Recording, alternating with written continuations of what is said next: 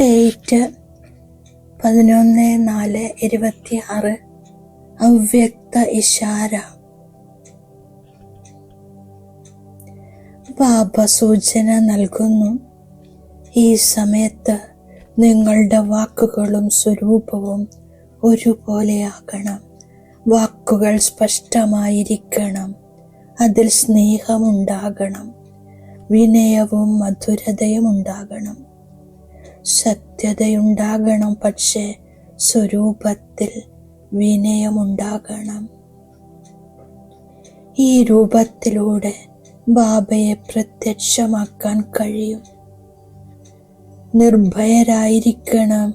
എന്നാൽ നിങ്ങളുടെ വാക്കുകൾ മര്യാദകളുടെ ഉള്ളിലുള്ളതായിരിക്കണം.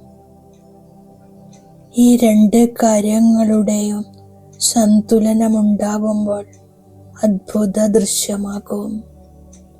അപ്പോൾ നിങ്ങളുടെ വാക്കുകൾ പരുഷമാകില്ല, മധുരമായി തോന്നും.